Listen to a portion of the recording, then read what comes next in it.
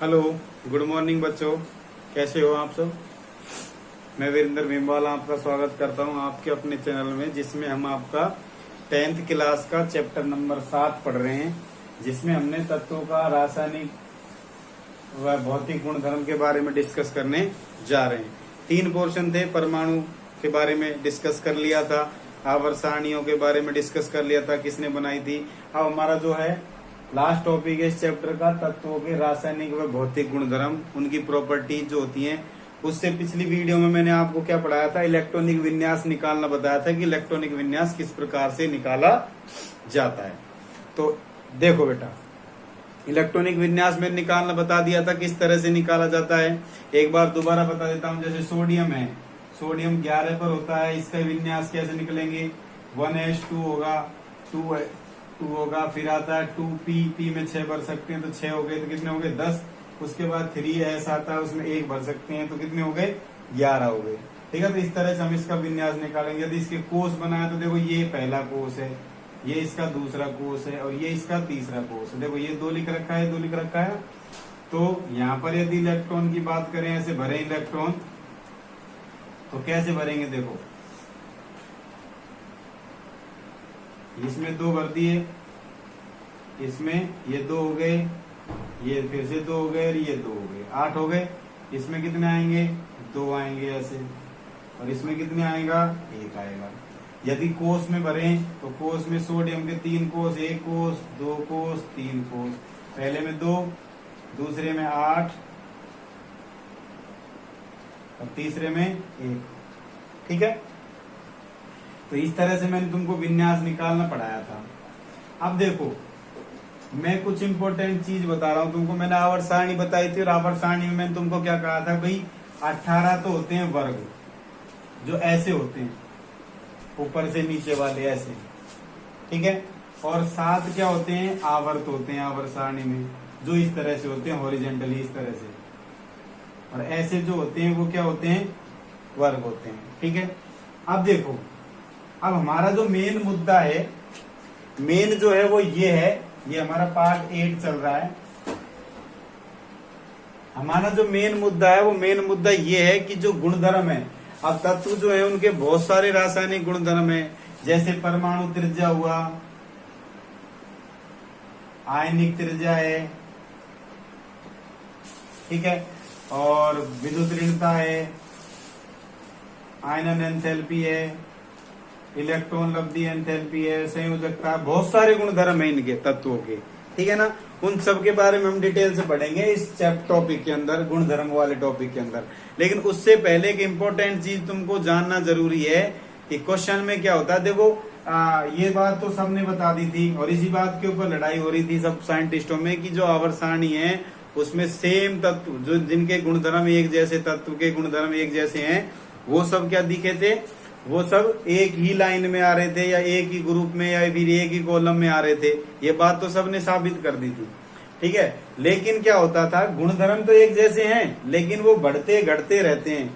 ठीक है ना, तो वो हमको फाइंड करने हैं कि आवर्त सारणी में किधर से किधर जाने पर ये गुण बढ़ेगा। जैसे परमाणु त्रिज्या की बात करें तो परमाणु त्रिज्या किधर से किधर चलेंगे आवर्त सारणी में, कौन से तत्व की बढ़ेगी, कौन से तत्व की घटेगी, ये सब डिस्कस करेंगे इस टॉपिक के अंदर। तो उससे पहले हमको ये बात ध्यान कर ले। सबसे पहले मैं वर्गों की बात करता हूं। तो वर्ग में यदि कोई गुणधर्म कैसे बढ़ेगा कैसे घटेगा वो चीज पता करनी है। और एक आवर्त की बात करता हूं, मैं आवर्त में पता करता हूं। तो मैं एक वर्ग लिख लेता हूं। जैसे पहला ही वर्ग लिख लिया, हेलिना के रब खस फर।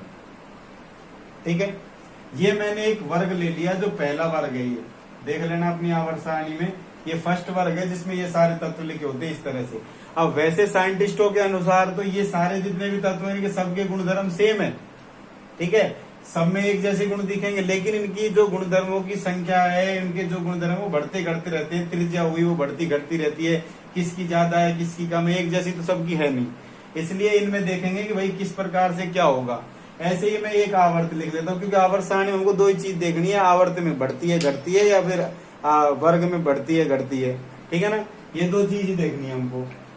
तो देखो, अब ये तो मैंने वर्ग लिख लिया, मैं एक आवर्त तो लिख लेता हूं। जैसे दूसरा आवर्त लिखा मैंने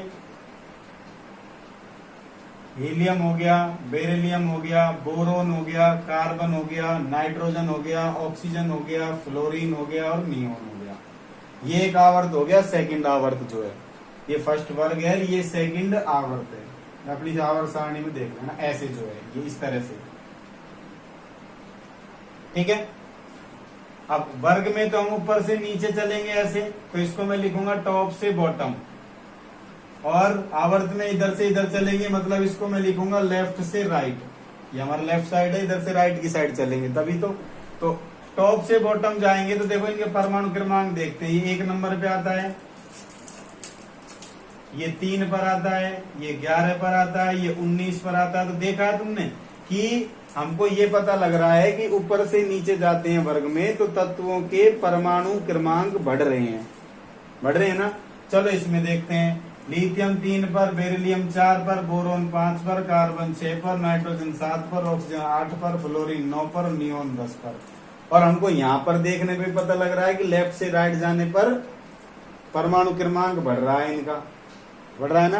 तो एक बात तो क्लियर हो गई हमको कि टॉप से बॉटम जाने पर, ठीक है, मैं इधर लिख देता हूं कि टॉप से बॉटम जाते हैं वे लेफ्ट से राइट जाते हैं, तो दोनों तरफ परमाणु जो क्रमांक होते हैं वो क्या हो रहे हैं, बढ़ रहे हैं, ठीक है। चलो दूसरी बात का पता करते हैं। दूसरी बात, मैं इनका विन्यास लिखता हूं, इलेक्ट्रॉनिक विन्यास, ठीक है। इधर तो मैं लिख रहा हूं वर्ग वालों का और इधर लिख रहा हूं मैं आवर्त वालों का, ठीक है। देखो पहले हाइड्रोजन का लिखता हूं। हाइड्रोजन 1 पर है तो इसका 1s1 आएगा। लिथियम 3 पर है तो इसका 1s2 और 2s1 आएगा। सोडियम का लिखता हूं, सोडियम 11 पर है तो 1s2, 2s2, 2p6 और 3s1 आएगा। पोटेशियम का लिखता हूं, पोटेशियम 19 पर 1s2, 2s2, 2p6 और 3s2 और 3p कितने हो गए, 2 2 4 6 10 2 12 12 6 18 और 4s1 19 हो गए। तो यहीं से ही पता लग जाएगा हमारे कॉन्सेप्ट का, तो इतना ही लिख के देख लेते हैं। अब इसका लिख रहा हूं मैं लिथियम का। लिथियम का यहाँ लिख रखा है, वैसे भी 3 पर आता है, 1s2, 2s2 2s1। फिर बेरिलियम का क्या होगा, 1s2, 2s2। बोरोन 5 पर आता है, 1s2, 2s2 और 2p1। कार्बन 6 पे आता है, 1s2, 2s2 और 2p2। नाइट्रोजन 7 पर आता है, 1s2, 2s2 और 2p3। उसके बाद ऑक्सीजन 8 पर आता है, 1s2, 2s2, 2p4। 9 पर क्या आता है, फ्लोरीन आता है, 1s2, 2s2 और 2p5। और नियोन आता है 10 पर, तो 1s2, 2s2, 2p6 हो गए 10। अब देखो मैं यहां की बात करता हूं, जब मैं टॉप से बॉटम चलता हूं तो देखो बेटा, यहां पर एक कोष है हाइड्रोजन में, लिथियम में एक ये रहा और 2 नंबर ये लिख रहा, तो मतलब इसके अंदर 2 कोष हैं। सोडियम में देखो 1 2 3 कोष हो गए। पोटेशियम में 1, ये 2, ये 3 और ये 4 कोष हो गए। मतलब जैसे जैसे नीचे जा रहा हूं मैं, कोष की संख्या बढ़ रही है ना, तो इलेक्ट्रॉनिक विन्यास के हिसाब से हमको ये पता लगा कि वर्ग में जब ऊपर से नीचे जाते हैं तो कोष की संख्या में वृद्धि होती है। तो टॉप से बॉटम कोष की संख्या बढ़ती है, ये बात हमने प्रूव कर दी। अब इसमें देख लेते हैं भैया, इसमें क्या होता है, ये लेफ्ट से राइट वाला है, ये वाला। तो देखो इसमें 1 कोष 2 कोष, इसमें 1 कोष 2 कोष, इसमें 1 कोष, ये भी 2 कोष, 1 ये भी 2, 1 2 1 2 1 2 1 2 बढ़े गई, नहीं बढ़े ना। इसका मतलब क्या हुआ कि लेफ्ट से राइट जाने पर कोष की संख्या नहीं बढ़ती है, कमी रहती है। समझ में, ये एरो का मतलब समझ रहे हो ना, ऊपर लग रहा है मतलब बढ़ रही है, नीचे जा रहा है मतलब कम है, ठीक है। अच्छा, 2 बात पता लग गई। अब तीसरी बात समझो इंपॉर्टेंट, ये मिटा रहा हूं मैं। तीसरी इंपॉर्टेंट बात क्या है ये देखो बेटा, ये तीन चीजों का कॉन्सेप्ट यदि तुमको समझ में आ गया तो आगे जितने भी हैं वो सब कुछ समझ में आ जाएगा, कोई दिक्कत नहीं आएगी। तीसरा कॉन्सेप्ट ये है कि एक तो मैं एक्स तत्व लिखूं जिसमें मैंने 1, 2 और 3 कोष लगा दिए, और सॉरी 2 ही लिख देता हूं मैं। एक्स तत्व है ये, तो इसमें 1 और 2 कोष हैं। एक वाई तत्व है हमारा जिसमें 1, 2, 3, 4 कोष हैं, मतलब कोष ज्यादा है कहने का मतलब। अब मैंने क्या कहा था कि इलेक्ट्रॉन घूमते हैं इसके चार तरफ, मैंने बताया था, नील्स बोर की परिकल्पना समझाई थी जब। और बीच में क्या होता है, नाभिक होता है जिसके अंदर प्रोटॉन होता है, ये बात भी बताई थी। तो बेटा पॉजिटिव जो आवेश होता है वो नेगेटिव आवेश को अपनी तरफ आकर्षित करता है। सेम जो होते हैं वो तो एक दूसरे को दूर भगाते हैं, और विपरीत आवेश एक दूसरे को अपनी तरफ खींचते हैं। तो ये पॉजिटिव आवेश जो है ना इसको अपनी तरफ खींचेगा, और यहाँ पर भी वही कंडीशन होगी, खींचेगा। तो बेटा एक वो आएगा तुम्हारे सामने, नाभिकीय आवेश बोलते हैं जिसको, क्या बोलते हैं, नाभिकीय आवेश। नाभिकीय आवेश की परिभाषा समझो। नाभिक मतलब अंदर जो बीच में है, ये प्रोटॉन जिसके अंदर होता है, परमाणु के बीच में होता है नाभिक। तो नाभिक का मतलब क्या हुआ कि नाभिकीय आवेश क्या होता है कि नाभिक के द्वारा, ठीक है ना, इलेक्ट्रॉन पर, जो इसके चार तरफ जो इलेक्ट्रॉन घूम रहा है परमाणु में, नाभिक के द्वारा इलेक्ट्रॉन पर लगाया गया आकर्षित बल, मतलब नाभिक जो होता है इलेक्ट्रॉन को अपनी तरफ खींचता है। मतलब ये लगा लो कि जो पॉजिटिव आवेश नाभिक है उसको तो मान लिया तुमने चुंबक, और ये मान लिया तुमने लोहा, तो लोहा हुआ चुंबक को खींचेगा, तो उसको क्या बोलेंगे, नाभिकीय आवेश। चुंबकीय आवेश बोलेंगे यदि चुंबक होगी तो। नाभिक से प्रोटॉन इलेक्ट्रॉन को अपनी तरफ खींच रहा है, यहाँ पर भी खींचेगा और यहाँ पर भी खींचेगा, तो इसको बोलेंगे नाभिकीय आवेश। तो नाभिकीय आवेश का मतलब क्या हो गया कि परमाणु के नाभिक द्वारा इलेक्ट्रॉन पर लगाया गया आकर्षण बल क्या कहलाता है, नाभिकीय आवेश कहलाता है। तो अब मेरे को एक बात बताओ बेटा कि नाभिकीय आवेश कहाँ ज्यादा लगेगा इलेक्ट्रॉन पर, यहाँ ज्यादा लगेगा या यहाँ ज्यादा लगेगा? तो ऑब्वियसली बात है क्योंकि ये ज्यादा इसके पास है इसलिए एक्स पर ज्यादा लगेगा, वाई से लगेगा ना, मतलब एक्स पर नाभिकीय आवेश वाई से ज्यादा लगेगा, क्योंकि वाई में कोष ज्यादा है इसलिए इलेक्ट्रॉन दूर है नाभिक से, इसमें कोष की संख्या कम है इसलिए इलेक्ट्रॉन पास है, ठीक है। इसलिए नाभिकीय आवेश एक्स के ऊपर लगेगा ज्यादा, वाई के ऊपर कम। तो इससे हम एक कॉन्सेप्ट निकाल सकते हैं कि जहां पर कोष की संख्या ज्यादा हो रही है वहां पर नाभिकीय आवेश कम हो रहा है। आई बात समझ में? तो कोष की संख्या ज्यादा यहाँ पर है टॉप से बॉटम, तो इसका मतलब यहाँ पर जो है आवेश की संख्या क्या हो जाएगी, कम हो जाएगी। और यहाँ पर कोष की संख्या कम है इसलिए नाभिकीय आवेश जो होता है वो क्या हो जाएगा बेटा, ज्यादा हो जाएगा। अब तुमको ये 3 बातें याद रखनी है। अगर ये 3 बात तुम्हारे समझ में आ गई तो तुमने फतेह पा ली, ये लगा लो। तुम्हारे आगे ये जितनी भी इसकी प्रॉपर्टी हम पढ़ेंगे वो सब नतमस्तक हो जाएंगे अगर तुमने ये तीनों पॉइंट याद कर लिए तो, ठीक है। तो हम इसमें से इन तीनों चीजों को मैं यहां लिख लेता हूं। देखो ये मिटा रहा हूं, सब कुछ मैंने समझाने के लिए बनाया था ये।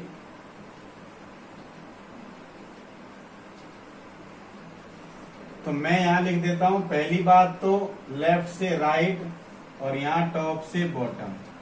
तो परमाणु क्रमांक तो दोनों तरफ ही बढ़ते हैं तो उसको तो मैं लिख ही नहीं रहा, मैं लिख रहा हूं केवल कोष। तो कोष लेफ्ट से राइट में रहते हैं कम और इसमें कोष की संख्या रहती है ज्यादा, ठीक है। और आवेश जो होता है यहाँ पर रहता है ज्यादा और यहाँ पर आवेश जो रहता है वो रहता है बेटा कम, ठीक है। तो हम चलते हैं जो गुणधर्मों में हम चल रहे थे उसमें सबसे पहला गुणधर्म आता है परमाणु त्रिज्या। क्या आता है? परमाणु त्रिज्या। तो परमाणु त्रिज्या क्या होती है? ये सर्कल है, सर्कल में ये नाभिक है। तो तुम क्या पहले इसको नॉर्मल सर्कल बना लेते हैं अपना मैथ वाला सर्कल। तो ये नाभिक, ये पॉइंट होता था केंद्र, इससे ये सरकमफ्रेंस के बीच की दूरी मतलब ये O पॉइंट होता था। तो वृत्त में क्या होता था, वृत्त के केंद्र से जो परिधि के बीच की दूरी को क्या बोलते थे? त्रिज्या बोलते थे R। इसी प्रकार यहाँ पर इसको मान लो परमाणु, और ये जो केंद्र था उसको मान लिया हमने नाभिक। तो नाभिक से अब ये इसके चारों तरफ कोष है इसके परमाणु के, तो परमाणु के नाभिक से उसके बाह्यतम कोष के बीच की दूरी, बाह्यतम कोष है ये जो बाहरी बाहर का कोष है, तो परमाणु के नाभिक से बाह्यतम कोष के बीच की दूरी को क्या बोलते हैं? परमाणु त्रिज्या बोला जाता है। ठीक है, तो परिभाषा लिख देता हूं मैं। किसी परमाणु के नाभिक से उसके बाह्यतम कोष के बीच की दूरी क्या कहलाती है? परमाणु त्रिज्या कहलाती है। समझ में आई बात? अब एक बात बताओ, अब हम बात करेंगे वर्ग में और आवर्त में किस प्रकार बढ़ती करते, क्योंकि हमारा मेन मुद्दा यही है, वर्ग में और आवर्त में। ठीक है, तो वर्ग में क्या होती है? वर्ग में टॉप से बॉटम में होता है ना वर्ग, ये वर्ग ये है यहाँ टॉप से बॉटम, और आवर्त ये है। तो वर्ग में ऊपर से जब नीचे जाते हैं तो सीधी सीधी बात दिख रही है, कोष बढ़ रहे हैं। मतलब एक बार ये कोष है, दूसरी बार ये 2 कोष हो गए, तीसरी बार 1 2 और 3 हो गए। तो देखो धीरे धीरे यहाँ से इतनी त्रिज्या, यहाँ पर इतनी त्रिज्या, यहाँ पर इतनी त्रिज्या, तो सीधी सी बात है त्रिज्या का मान तो बढ़ेगा। जहाँ कोष की संख्या बढ़ेगी वहां त्रिज्या का मान भी बढ़ेगा। तो मैं लिख सकता हूं कि वर्ग में ऊपर से नीचे जाने पर कोष की संख्या बढ़ती है, अतः परमाणु त्रिज्या भी बढ़ती है। ठीक है, अब आवर्त में इसका अपोजिट होता है, कोष की संख्या कम रहती है तो कोष की संख्या कम होती है, इसलिए क्या होगा? परमाणु त्रिज्या का मान क्या होगा? कम हो जाता है। ठीक है बेटा, तो आज के लिए इतना ही। आगे इसी टॉपिक को हम आगे कंटिन्यू करेंगे अगले जब पार्ट 9 पढ़ाएंगे उसके अंदर। अभी थोड़ी जल्दी है इसलिए पार्ट 9 के अंदर इसी को ही कंटिन्यू करके दोबारा से समझाऊंगा मैं। ठीक है ना, तो एंजॉय कीजिए और कोरोना से मुक्त रहिए। लाइक शेयर सब्सक्राइब कीजिए, और मैं तुमको बता ही चुका हूँ फिजिक्स की क्लास जल्दी आने वाली है इसी चैनल पे। ठीक है बेटा, तो तब तक के लिए बाय बाय।